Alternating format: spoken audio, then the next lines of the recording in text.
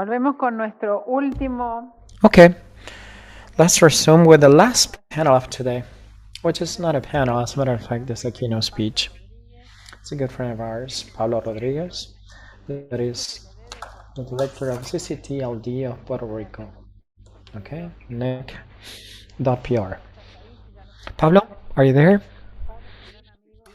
Okay, good. Hello, Pablo, how are you? It's a great pleasure and honor to be here with you today. It's a privilege to have the chance to participate in this great South School on Internet Governance conference that is a benchmark for other schools across the world. It's my appreciation. Thank you for having me. You gave me the chance to speak here. Great. We're okay here. We're working once again virtually online. Hopefully we're going to have or hold an in-person conference in the near future. We still don't know. We'll see what is going to happen. Adrian says hi, and we have our hopes up that we can attend the ICANN meeting that is going to be held soon in Puerto Rico. Let me tell you that the situation in Puerto Rico has been improving on a daily basis, day by day. Our vaccination capacity has been better, and we have become the largest, or the region with largest population that has been vaccinated. The mortality rate is low, and the occupancy rate in hospitals has been decreasing significantly. So CDC, that is the Control Disease Center,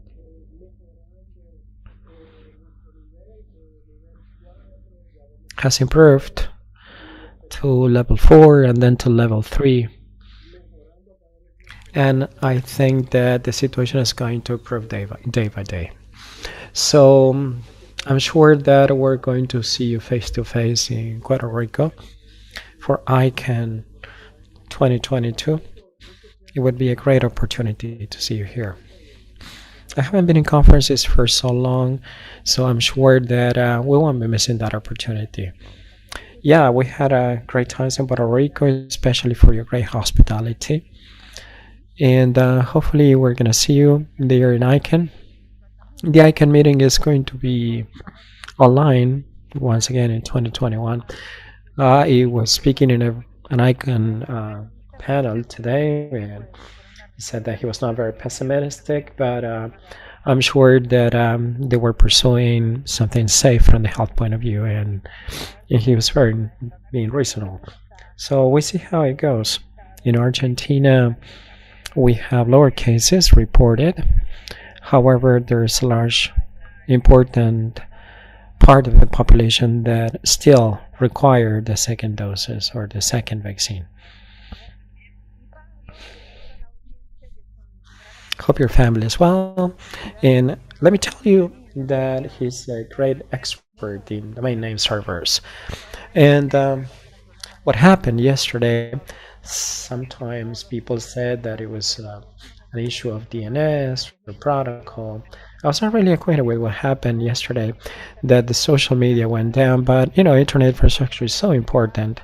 So when social media goes down or when an important service goes down, I'm sure that people are suffering because they miss this sort of communication. So Pablo is going to share with you, let me tell you that he has been deep diving in these topics, and he's an authority on these matters. Great, I'm going to share my screen now. Can you see my screen? Yeah, it's the effect on Zoom where I overlap the PowerPoint and the picture-in-picture mode. My expertise has been doing research on the factors that promote the adoption or the rejection of a particular technology. And one of the things that I've been interested in is the DNS. or the DNSSEC. What I want to bring to the table and share with you is that the responsibility does not lie on an individual here. Here we gotta draw some parallelism with what is happening with COVID-19. It's not an issue of the government, neither a local enforcement authority, but nor an issue of local hospital, but it's an issue that includes all of us. We need to take it seriously, because as long as we address it, it's going to be beneficial for all. Okay, let's move on and let's touch upon what DNSSEC is. We're not going to be delving into complex issues, but let me tell you, DNSSEC is a system that has been devised and developed by the working group of Internet Engineering that is called IETF, that is the Internet Engineering Task Force. What they did is standardize the way we associate domain names to the IP addresses. I'm sure that you're acquainted with this, but let's go over this. We have a great friend of ours from the Internet Governance School, whom we miss a lot, because he has taken part in many presentations in the South School on Internet Governments, and he's been very active in everything that has to do with the Internet. We have Vent Cerf. Dr. Vent Cerf is one of those scientists that have been actively involved in the development, together with this person that is called Robert Elliott Kahn. He's called Bob Kahn. So Cerf and Kahn jointly developed something that is commonly referred to as the TCP/IP, and that is an internet protocol that establishes the way we're going to transfer data blocks or data packages. And the IP would be the number that is associated to, because we cannot remember an IP address because it's so difficult. That's why they're related to a memorable domain name server, and that's why it's very easy to remember internetgovernance.org, but not an IP address that would be 134.012.188.02. So by this way, we remember easily, and we can retrieve that in a browser, and then you connect with a precise location and IP address where that resides in a database over the internet. Here you have a clear depiction. What we show is exactly what I just described. So you type in your domain name point or .pr, and that one is hosted in a domain name server in the internet. You associate the .pr with that IP address that you're seeing in the green box. So indeed, you are connecting the search that you intend to have with that number or with the domain name. But this time here, you're gonna see when they first developed the internet, to the left you're going to see the type of internet that dated back to 1969. It was consisted only of 4 nodes connected out of the University of California at Santa Barbara that's UCSB, connected to the Telephone Research Institute that was also located in the state of California. And there was another node connected to Utah, and that was it. But what happened? Well, out of this research conducted by Mr. Cerf and Ken, this allowed a computer in a location A could connect to a location in B. So here we are seeing the first attempts where those young people that were graduates at that time from the master's program, they were working to develop this quantum leap that was to connect one computer in a remote location in the university or UCSB campus connected to another computer in Stanford. The first code was to log in the other computer. So they connected and they press enter, and then they press L, then they press all, then they call, and to see if the other computer or the other party was reading the L and the O. And when they clicked login, all the system was down. And that's why we have login or long and behold. Okay? And this is what happened that day. Even though they couldn't log in successfully, in that experiment, they saw the greatness of what and the potential of what was going to happen. The major thing of these computers at that time, or the benefit of those computers, is that these were the supercomputers, the most powerful computers that they had at that time. And right now, a cell phone or a smartphone even has more power or computer power than any other supercomputer that you see on screen. Unfortunately, when nobody believed or imagined is there will be a time where somebody would have the capacity to intermeddle between one computer and the other and hack the communication in between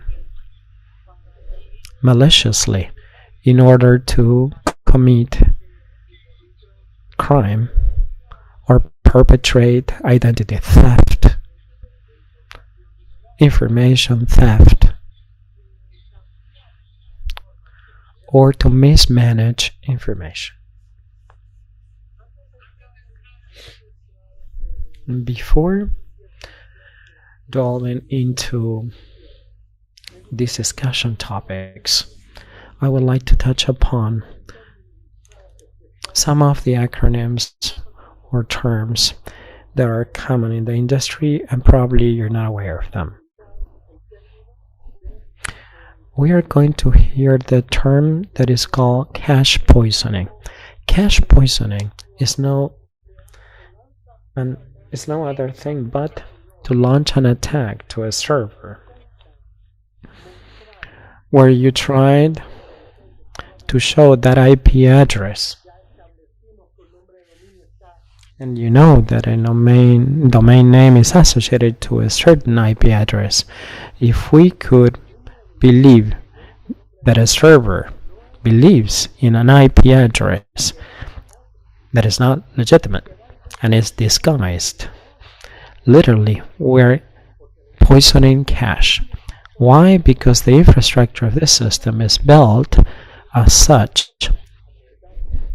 in order to remember the DNS. If for the first time you were able to poison cache memory, so when you type in your .com or your .org, it will take you to a fraudulent IP address or some kind of website that would be gathering data.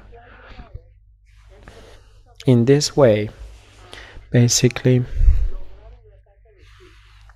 you are performing a phishing attack. An phishing attack is an attack that is perpetrated by sending a person to a destination that is not the desired one. Probably you wanted to target a bank to see the statement of account, to make a deposit, or to withdraw money. However, you were taken by phishing to another website that looks alike that of your online banking, and at the same time they are gathering your personal data, passwords, to then hack the real website and perpetrate an illegal crime that involves identity theft, stealing money, or malfeasance, mismanagement, misuse of funds, or ask for a bank loan without knowing that you're basically asking for that loan.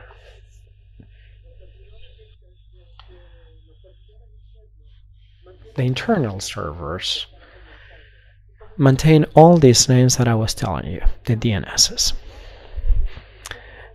The DNS system vulnerability lies precisely when this architecture was designed, because no security measures were considered at that time. Therefore, the system is designed to remember or to search repetitively and to be more effective. So the first time they connect, when you type in internetgovernance.org and arrive at your final destination, you don't need to be requested to go to that destination because it's repetitive, it's a repetitive query. However, if a hacker poisons your cache memory and then is redirecting you to another website, he would be performing a phishing attack. And that is why it is very important to resort to new methodologies or new ways to protect yourselves from the vulnerabilities and from the weaknesses in the DNS servers. And we've been working on that. Let's see how we are going to go about this.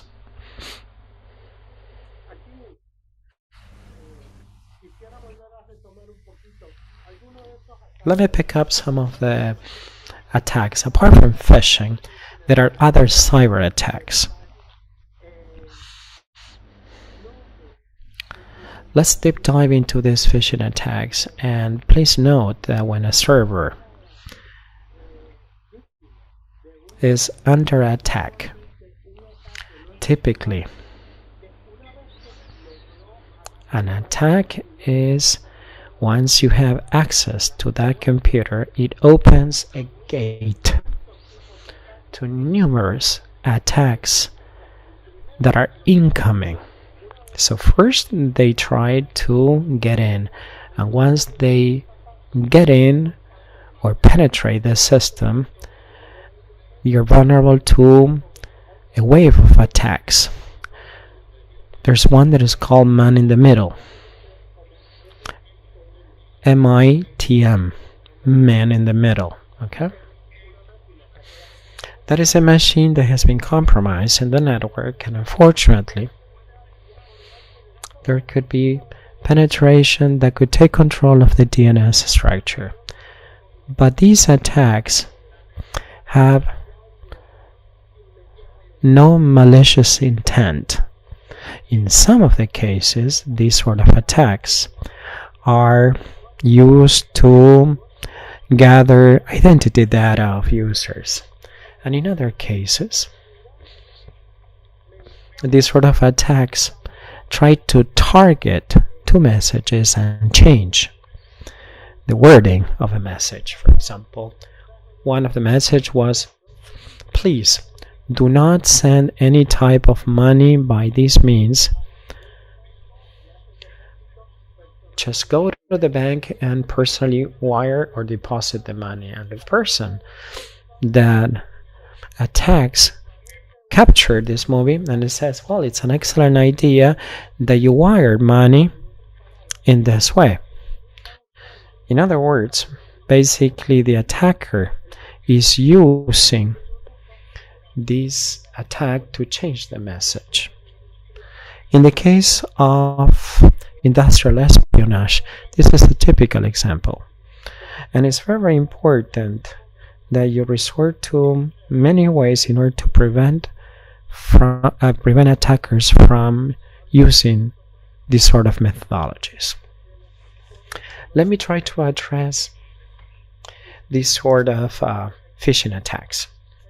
For example, we have the typical phishing, and that is devised to infect a device and to compromise it and to take it or retour or redirect you to another website that is misleadingly similar to your bank, similar to your hospital. And when you start entering your personal data or credentials, there's identity theft, and then they redirect you to the original website that you wanted to go to.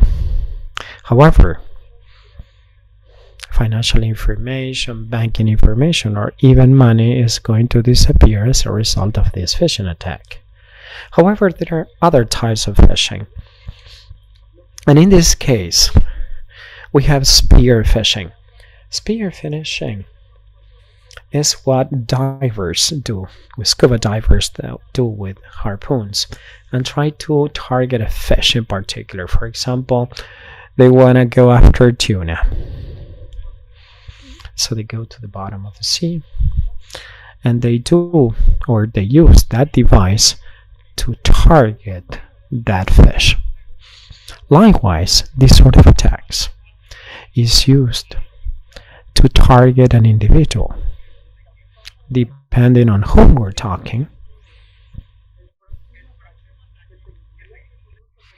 you have the other sort of attack that is whaling, that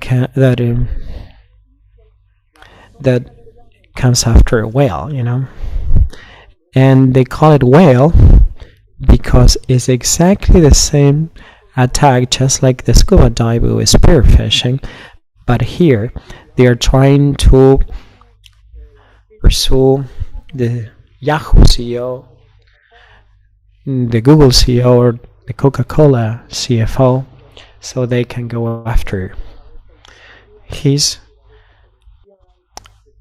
information, like industrial secrets, marketing information, because that is valuable information.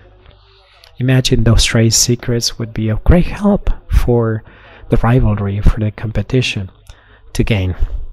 Obviously, most of the companies are not involved in this sort of illegal attacks. However, there are attacks that may be motivated by other countries that have rivalry with some others in order to cause some damage. But most of the attacks that are very popular nowadays are ransomware phishing.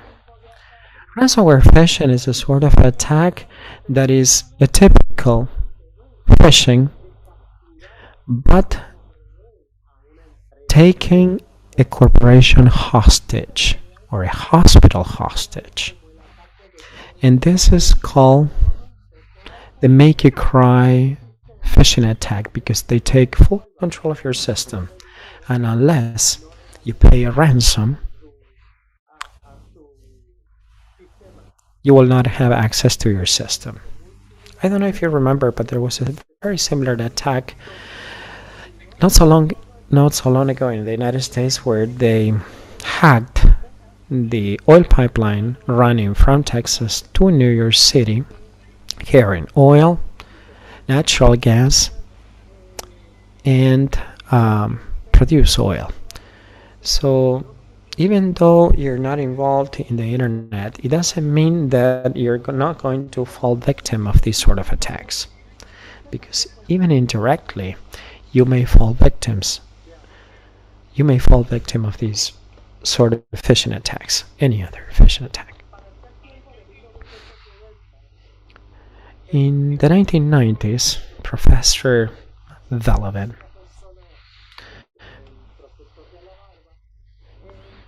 is the guy with the beard, found something very, very interesting at that time, where Velovin discovered in one of his research papers in the Bell Laboratories in AT&T, he discovered that there were vulnerabilities in the DNS, in the domain name servers. But he remained quiet and he didn't share that information until 1995 at a Utah conference. He demonstrated that the DNS attack was possible. However, many people did not believe that this could be possible. So it was not until 2008 when Kaminsky starts working in the application of cache poisoning attacks and proposes a solution. But since 1995, Kaminsky discussed this with the MTM, working on a solution that would allow them to try to find in what way they could fix or patch the DNS vulnerabilities. By patching this, it allows us to make great strides in cybersecurity and what is known today as the Internet. So, what is DNSSEC? DNSSEC is a protocol reinforcing the DNS authentication using digital signature certificates, encrypting public keys that are available. When you see that a website has a lock next to the search engine, you know for sure that that website is being protected and secure with an SSL certificate. So it's a secure sub-layer. Sometimes it's called TDS, transfer layer support.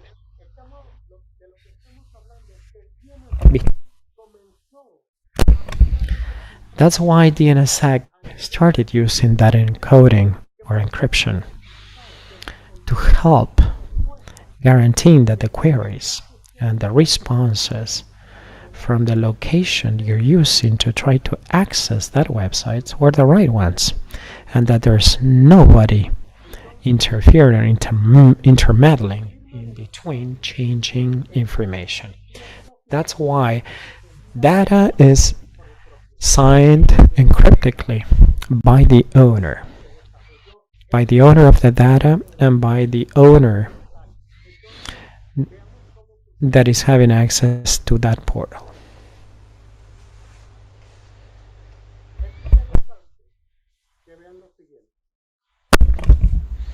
It's very important that we understand the following. These are the two most important things of DNSSEC, and these are the salient features of DNSSEC. First, the data source authentication. It allows me to know that the data I am retrieving are from the location that I'm retrieving from. It's not that I'm being sent to an undesired website. So how can I guarantee that I am at the precise destination? Well, DNSSEC authenticates and authorizes the source data that I'm retrieving. And it does this very smoothly because it verifies very, very clear in an encrypted way that the data that I'm retrieving actually come from the source that I was intended to get to. The most important thing of DNSSEC is that it assures you that from the point point that this data leaves your bank, there's no third party in between that change that data, so the financial information is going to be legitimate. So DNSSEC guarantees two important things here. First, that you arrive in the final destination and the data that you're retrieving from that location are the correct one and they are unchanged. And these are features that are important to guarantee the security of the internet communication and the data exchange that we intend to have over the internet, that is fully protected by DNSSEC. So imagine this attainment and the achievements over the last 15 years in order to protect us from these exploits that unfortunately were not considered originally when they devised the architecture of the DNSS. Let's see by way of an example this. What happens when you go to a bank that does not have DNSSEC? Without the DNSSEC, as I said, any individual becomes vulnerable at a special location because an attacker or a hacker may have produced an attack that probably has poisoned the cache in that server, the cache memory. So when you have access to that website, you're being redirected, because remember that the architecture of the system is devised to remember. So if you are deceived, or if the DNS is devised, basically you're going to be redirected over and over to that website where there's going to be identity theft. They're going to steal your credentials, passwords, financial information, and they are going to perform a phishing attack on your name and withdraw money from your bank account. However, if you have DNSSEC, when you type in a domain name and you try to get to that destination where the IP associated to the correct IP of that bank, the server compares the search with the query, and if the IP address does not match, you have the 404 error saying that the page is unavailable and you cannot reach the destination. So where basically the hacker intends you to go. So you are being redirected to a safe place that is a secure place where you're not going to fall victim of that hacker. So the DNSSEC makes sure to authenticate secure locations and destinations for you associated to the right IP. Otherwise, you wouldn't be reaching that safe destination and the phishing attack would be produced by the hacker. Another thing that is important to us,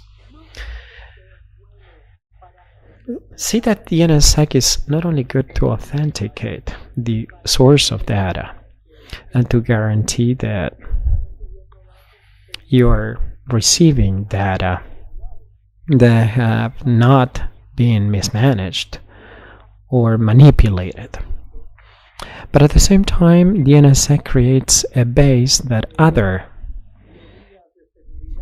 security measures could be implemented. So DNSSEC becomes the core platform on which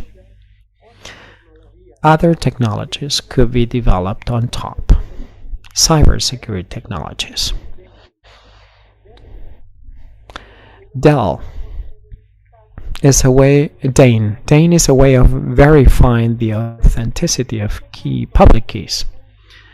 But DANE does not depend on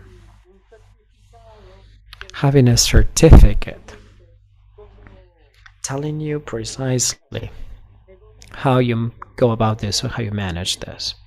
So DANE could be established only on top of a DNSSEC platform. If that platform does not have DNSSEC, you cannot implement a protocol like the DANE protocol if you do not have DNSSEC underlying that platform. So DANE promotes innovation and promotes other cybersecurity measures, and without them, we wouldn't be able to implement this accordingly. DNSSEC will never prevent an attack like DDoS. Distributed denial of service would be. It's an attack preventing people from having access to your computer or to your server. Distributed denial of service. So it would be a distributed denial service. So it's when somebody uses many devices such as tablet, computers that have been infected with malware, with an efficient attack, and they have become zombies, and they are used to attack or to hack a specific location. So DNSSEC does not prevent distributed denial of service. It does not maintain confidentiality, nor does it protect the server. So what can we do about this? There are other technologies where DNSSEC serves as that cybersecurity platform to guarantee that these technologies could be deployed on top. However, there are other cybersecurity technologies, such as DOT, that is DNS on top of UTS. And remember that TLS is another thing like SSL. That is the little lock that we see in the service layer, okay? In the service server layer. So when it tells you, well, it's not a secure website, you know that that certificate has been expired. So it's not a safe place. And it may be vulnerable before any attacks. Another cybersecurity measure is called DOH. It's DNS on HTTP. HTTP/2 are two ways to guarantee that the queries of DNS are encrypted. So in this way, a hacker cannot perform an attack with malware. For example, you go to a search engine or a browser and you go and you type icon.org on internetgovernance.org. Next to the browser you have a close lock, and if you click there, it will show you a certificate. That is a technology to encrypt the data retrieved in those websites.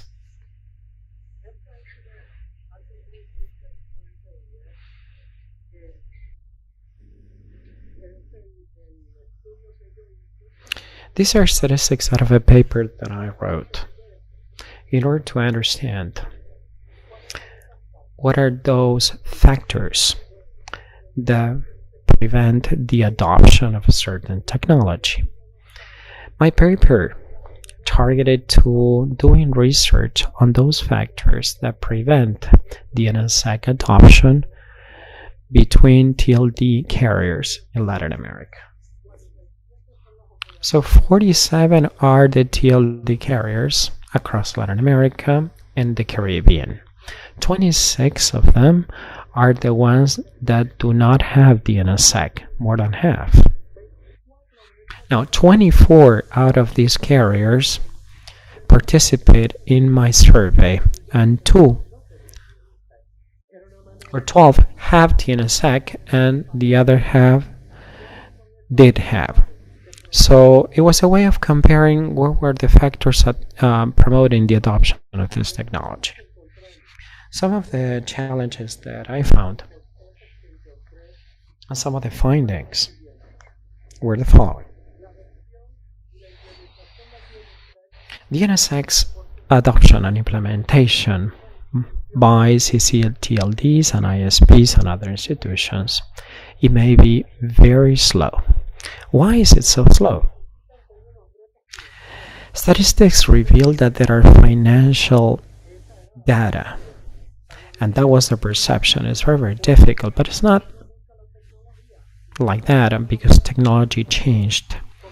And technology is not expensive nowadays as in the past, but certainly it's a misconception of this technology. Another thing that we were considering is that surveys revealed that apart from these financial challenges associated to some contracts and training of personnel, and that the implementation of the DNSSEC added a complexity layer that requires skilled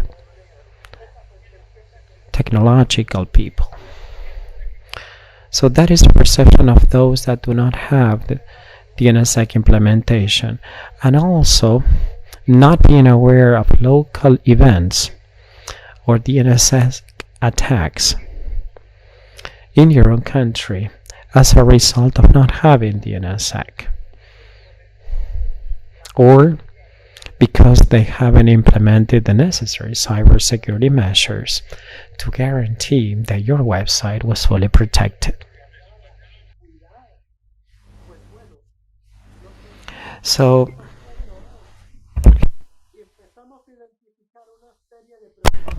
we started identifying some concerns that these carriers had.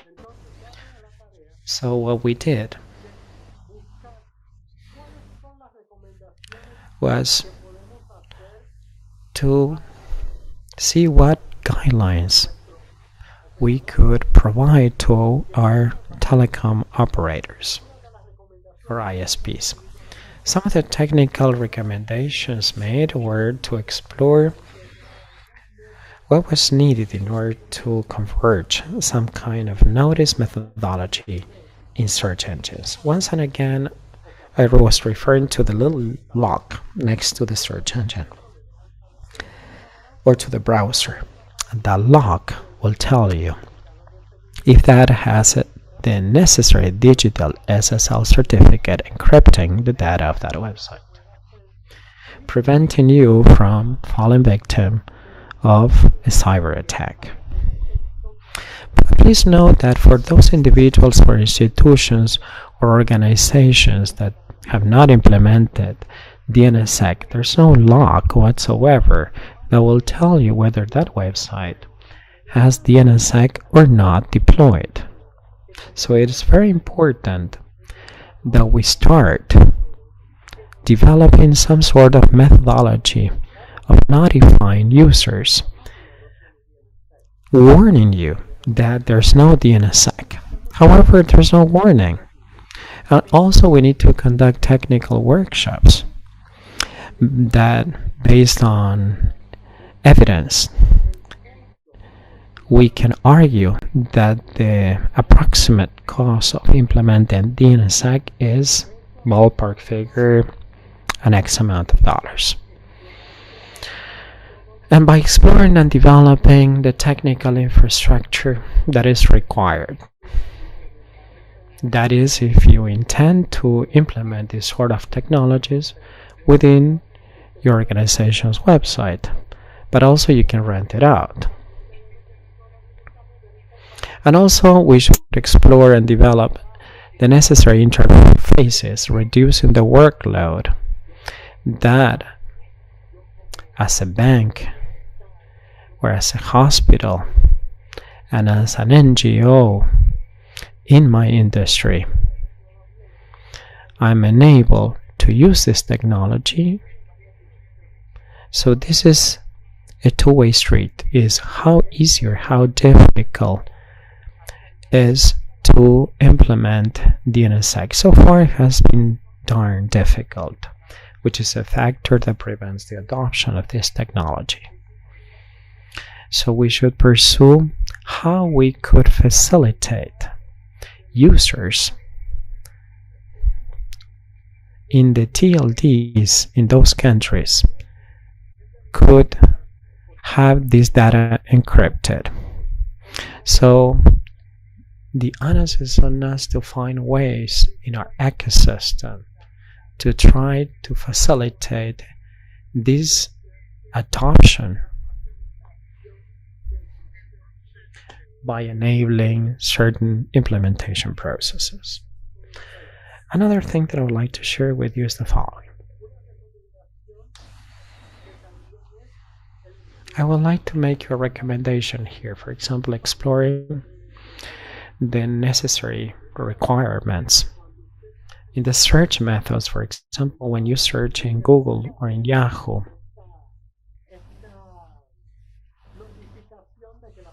you should see the lock that the website has DNSSEC embedded. Okay. Other sort of recommendations that are more complex are exploring and developing a legal framework, a standardized legal framework, because when you start implementing DNSSEC, you are required to understand what is needed to explain what are the guidelines or the steps that need to be taken to deploy DNSSEC, and that the final user can sign that data with that DNSSEC.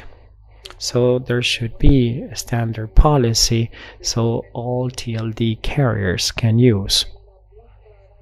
So they could implement this clearly and smoothly, specifying what are these processes that are going to be used for the DNSSEC implementation and the CCTLDs.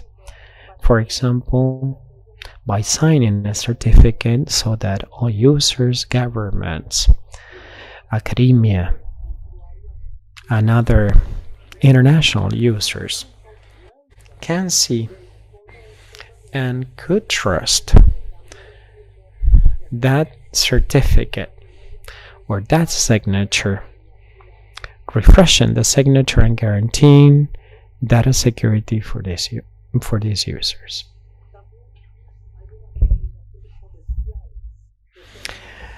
There are some commercial recommendations, like for example, to raise awareness by training, education, some factors implementing the DNSSEC, like technical expertise training. What are the best ways to help people so that these training skills could be facilitated, that it wouldn't be so costly? Also, low-cost integration in websites. Not only the training that is being imparted to people, but also integrating and implementing these systems and providing the necessary incentives for registrars like GoDaddy or like Marmonic or other registrars that I'm sure that they've been here in the panels, so they could facilitate the distribution or that they could impart this knowledge or know-how, facilitating these certificates within their own TLDs as a result of promoting these incentives. However, we have recommendations for the audience, and these are very, very important, because when I started holding these sort of talks, in this presentation, for example, just like in the pandemic, we are responsible for finding ways to find or to pursue some sort of solution to protect people, to protect individuals in this ecosystem. For example, here I'm sharing with you two tools that are very important because they will let you know whether the domain name or whether the website of the institution that you're trying to find, banking institution, hospital, governmental agency, church, has DNSSEC or not. You will find out when you visit either these places, and they will show you whether they have DNSSEC or not.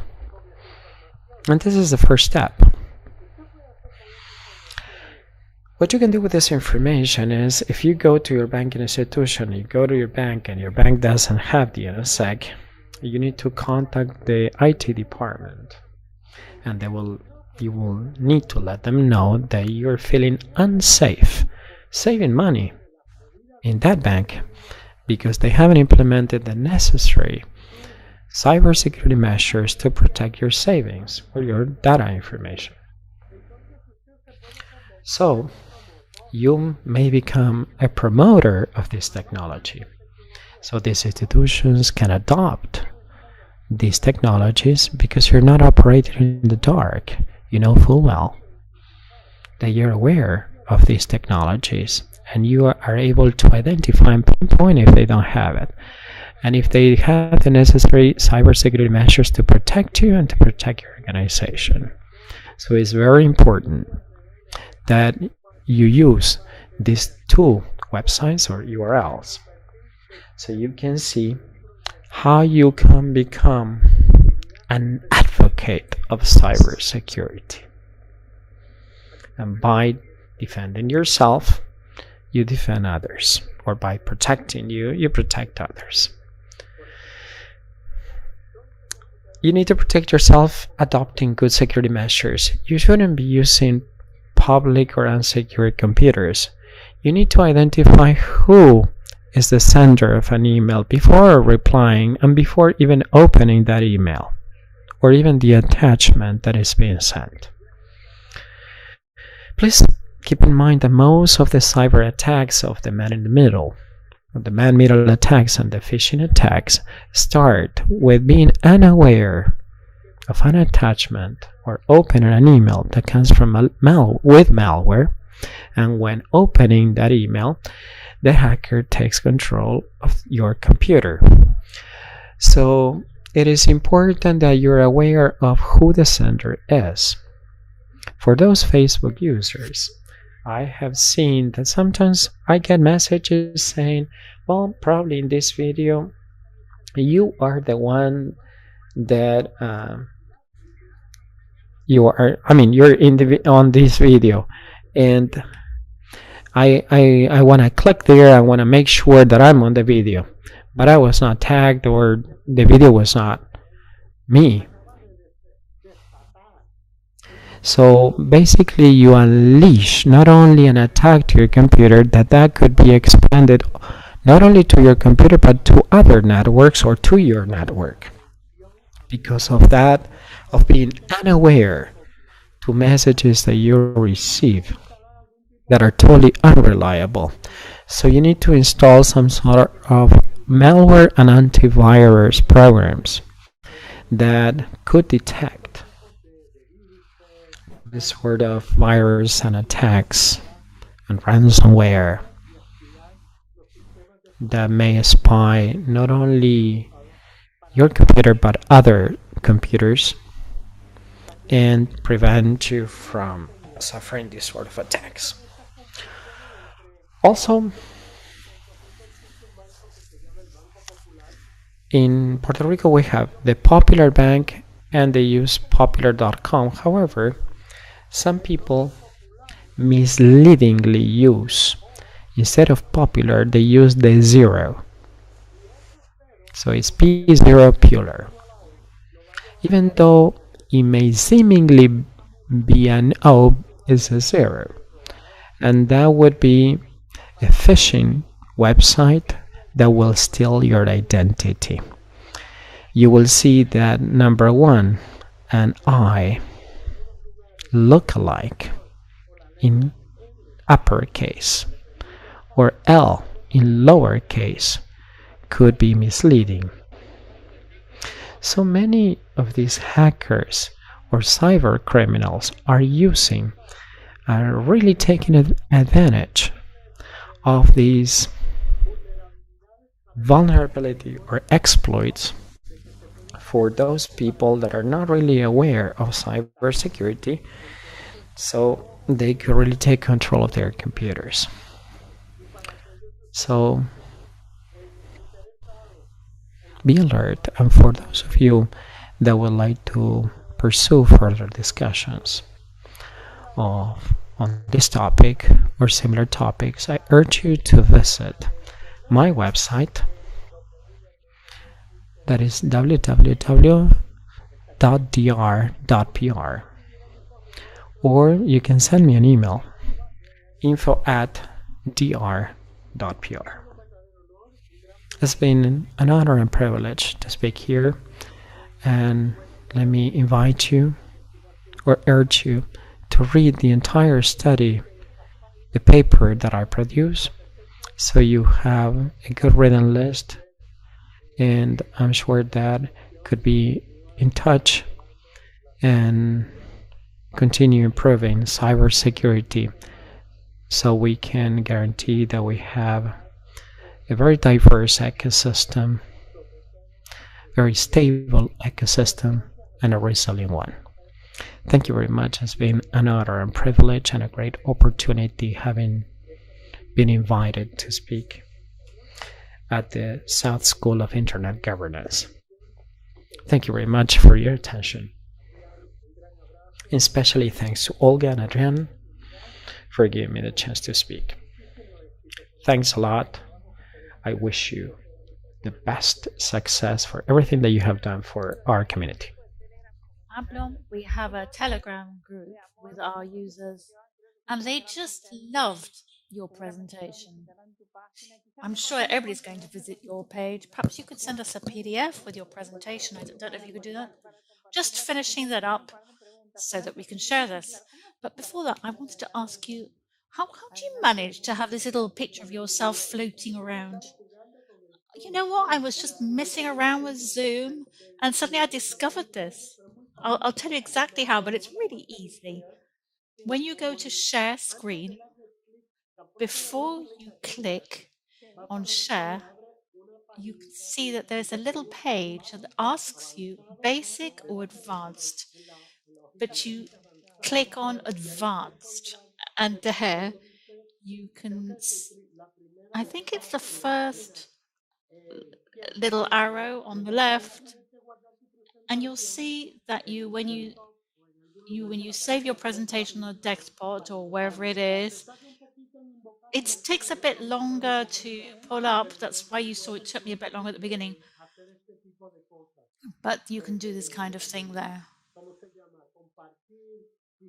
It's called sharing, and you can change places. Yeah, I loved it. I thought it was great, and it's also a learning process. But you have to learn how to make yourself smaller, basically. We had Vint with us on the opening day. He couldn't be with us today, but he sent us a greetings video. We really don't have very much time because here it's already 8 o'clock at night. There are lots of questions. I'm going to go to identity theft. Identity theft, phishing used to steal money in bank accounts. How can you protect sensitive information? Can you give us some examples, some best examples of whaling and ransomware in companies? Yes, of course. Well, great questions. Particularly when I shared the two links and I mentioned them, when you go to your bank, write down the domain name of your bank, and then put it into your search engine. This is like when you want to see what your bank statements are, go there, right? Put in the name and see if they have DNSSEC or not. And if they don't, just talk to them. Go and talk to them and say, I really need you to integrate DNSSEC, otherwise I'm going to have to take my business elsewhere. So that is absolutely necessary. And then you become an ambassador for cybersecurity in your own countries, which is very important. The other issue, ransomware. In the UK, when the first ransomware attack happened, it was on a hospital. And they closed down all the systems in the hospital. I don't exactly remember the name of the hospital. And they had to pay a fortune. I mean, like a really obscene amount of money, millions, to get their system back. Imagine all the people who are on oncological problems, all the operations that just didn't happen that day, well, you know, the surgical operations and all of that just had to stop. People's lives were at risk. We're not talking about anything. And then look at the United States. You know, the fact that you might think that you're not a member of the internet community because you don't work in a technological company or because you're not involved in some organization which is technological. You use technology, and look how many billions of people are stuck, you know, they're hostages because of the oil pipeline which was taken from Texas to Maine. You know, there was just a lack of fuel. In just 24 hours, there were shortages. And suddenly the entire transport chain for food, for services, ground to a halt with billions of dollars lost in just 24 hours or less. This is not something to be taken lightly. These measures are critical to make sure that we are adequately protected, and not just us, our neighbors. And I'm not just talking about our immediate neighbors, but the countries that we have next door as well. We are an ecosystem. We are one big community, and we are all connected. Look what happened with Facebook yesterday. You know, for whatever reasons, I'm not saying it was an attack of any kind, but for whatever reasons, we were all victims of what happened throughout the world.